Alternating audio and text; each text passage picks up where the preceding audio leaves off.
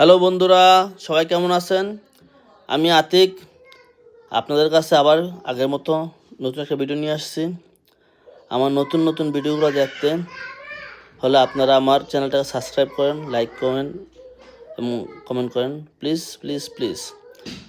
তো আজকে নিয়ে আসছি আপনাদের কাছে সবার পরিচিত আবাল বৃদ্ধ, মেয়ে ছেলে সবাই পছন্দ করে কাঁচা কলার ভর্তা। এটা তৈরি করা হয়েছে,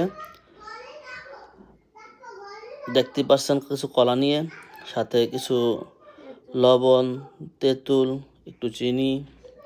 তো এগুলো দিয়ে হাতে আগে ভালো করে হাত পরিষ্কার করতে হবে।